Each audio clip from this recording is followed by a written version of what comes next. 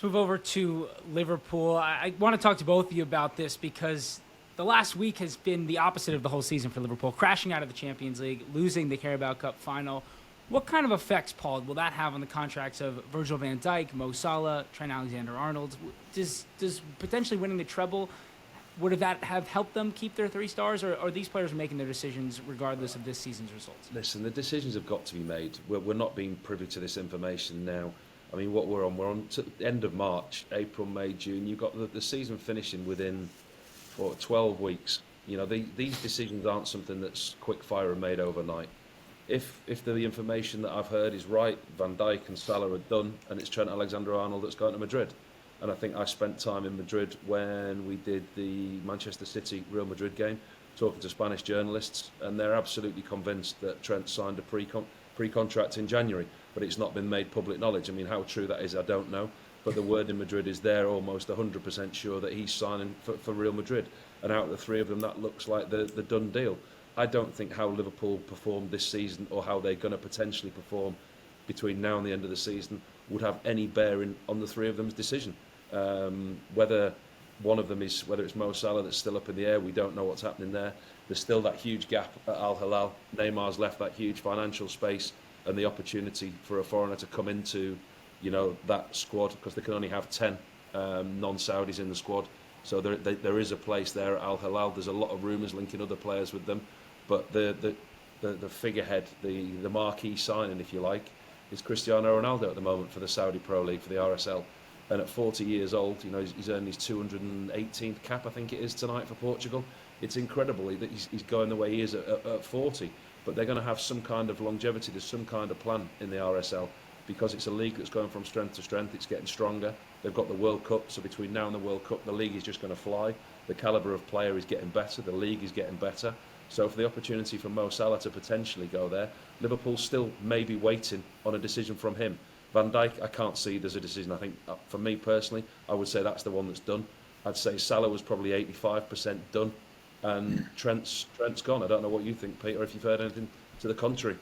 Yeah, probably similar to you, Paul. Really, I think we've had this ongoing for ages now. It does seem, if anyone is to leave, it will be Trent going to Real Madrid as a free agent. That's been talked about for a while now. I think probably the hold-up is probably the length of contract for Salah and Van Dijk. Not getting any younger, both players. I think Salah's 32 and Van Dijk's 34. So both of those players will be looking long-term contracts if they possibly can. And then obviously Liverpool, like a lot of the top clubs, have a bit of a policy where they don't want to give out long-term contracts to players over the age of 30. So still a lot to weigh up. Obviously, it's not been great that this has been dragging on all season.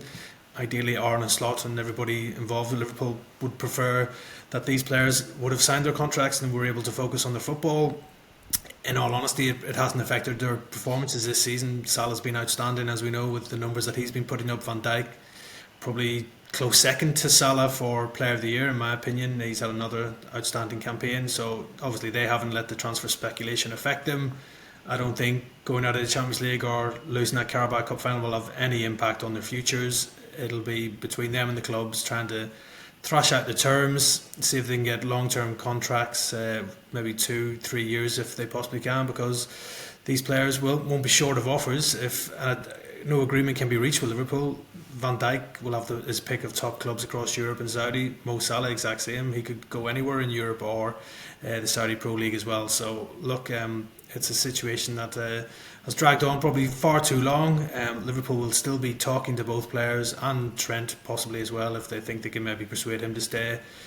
Look, if Liverpool can finish off the season with the Premier League title, it's been a good season for everybody involved, and if they can add at least Salah and Van Dijk on new contracts, everything will start to look rosy again at Anfield. And Pete, where do we stand on the likes of the new deals for Konate, Harvey Elliott, maybe potentially we know Darwin Nunez might leave? Are we getting closer? Because even Konate is pretty heavily linked with moves away to the likes of PSG, Real Madrid, all interested in him. Yeah, and I would imagine it's a bit of a worry for Liverpool with the ongoing Van Dijk situation, being on a contract in the summer where he could potentially leave on a free transfer. Konate is set to enter the final year of his contract this summer as well. He obviously openly admitted that there have been talks but no agreement as yet, so that will obviously alert some of the top clubs across Europe, that Konate could maybe be prized away from Anfield this summer. PSG, Real Madrid, both strongly linked with the French international as well. That would be a huge blow for Liverpool if they were to lose Van Dijk and Konate in the same transfer window, because they've been the two mainstays in Arne Slot's defence this season. So to lose those two players will be pretty hard to replace, not just because of their style of play, but also the characters in the dressing room as well. So I think obviously Liverpool will look to sit down with Konate probably at the end of the season. All the focus obviously will be on Salah, Van Dijk and Trent. But maybe once their situations are sorted, they can sit down and try and trash out this new deal for Konate. And as you said, Harvey Elliott as well. He's under contract till 2027, so there's no massive need, but I'm sure Harvey Elliott will have been frustrated by his lack of involvement so far this season. He probably feels he could have played a bit more of an active part in Arne Slot's team, and to be fair to him, he did quite well when he came off the bench against Newcastle in that Carabao Cup final. There was talk of German interest for Elliott in the January window, but I'm sure Liverpool will be desperate to keep hold of him. He's still only 21, so he's got huge experience already at his age, and boyhood Liverpool fan, you would imagine that Liverpool will do everything they can to keep hold of him. The one whose days seem numbered at Anfield will be Darwin Núñez. Obviously he was linked with a move to the Saudi Pro League in January. Liverpool rejected those overtures as they wanted to keep him, as they were fighting for honours on and silverware on all fronts when the possible treble dream was still on. But I would imagine that interest from Saudi will still be there for Darwin Núñez in the summer window, and the player himself has not sort of hidden his disappointment at his lack of involvement in Arne Slot's starting 11 as well. So with Liverpool being strongly linked with potential number 9s and strikers in the upcoming window, I would imagine Darwin Núñez will probably be one of the first names out the Anfield exit door in the summer. And Paul, we obviously all these outgoings, there's likely to be some incomings. Xavi Simons is linked to the potential move to Liverpool. Does he fit into the future of that attack as they kind of rebuild it? It depends on what type of rebuild is going to be undertaken, doesn't it? I mean, we've spoken so often about Liverpool, and we had all the thing about Arne Slot coming in the summer, what players are going to come in with him, who's he going to bring in. Didn't bring in one. Then Chiesa came in January. The lack of transfer activity is probably the reason that we're talking about all these potential incomings and outgoings. And after failing on so many fronts already this season, listen, it looks like they're only going to be left with one, which is the biggest one, second biggest one, if you like, Champions League, to the Premiership. It's a huge trophy. And if you'd have offered any Liverpool fan or Arne Slot that before the start of the season, I'm sure they'd have snapped your hand off for it, because it's a huge achievement for him. But then with the restructuring, there comes recruitment. Xavi Simons, 21. You look at where he is, you look at his stats this season. He's contracted till June 2027, so he's not going to be a cheap option. He's still going to have a couple of years left on his deal. 8 goals, 5 assists this year. Barcelona youth, PSG, PSV on a free, loan to Leipzig. Carried a 50 million price tag. He's going to carry a hefty price tag. He's a good player, attack wide midfielder. In a similar way to Mo Salah. If you lose Mo Salah, maybe he gives you another option, can play on the left-hand side as well. Depends what happens with Diaz. Gakpo. Listen, I like Gakpo, the way that Gakpo played in the Euros. I'm surprised he hasn't had a bigger impact than he has had this year. He's had a decent impact, but I think Xavi Simons would come in and he would certainly start. You look at what they've got now. Would he start games now? You would probably argue yes, he would. So he would be the type of player that Liverpool would look at, yeah, for sure. But he comes with a decent price tag, Pete, doesn't he? Yeah, he'll be a huge price tag. Leipzig were quite smart in January. They made the move permanent from PSG. I think that was with the idea of selling them on for a profit. So I'm sure there'll be summer interest in Xavi Simons. As you said, he only signed a contract until 2027. Who signs a contract until 2027 when you've joined a club for £50 million?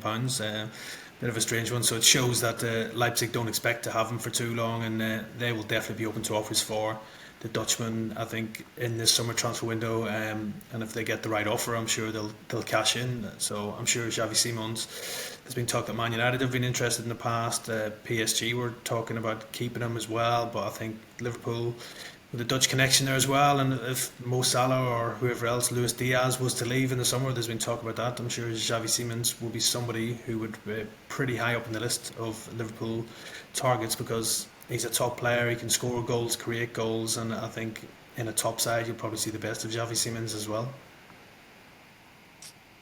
And Pete, obviously, you talked about potentially losing Van Dijk and Van Dijk and Konate this summer, leading to Arne Slot being keen on Alessandro Bastoni. Would he be a good fit for Liverpool? I mean, we've had them linked with a lot of center-back names over the last 12 months, but kind of the first we're hearing of Bastoni's name.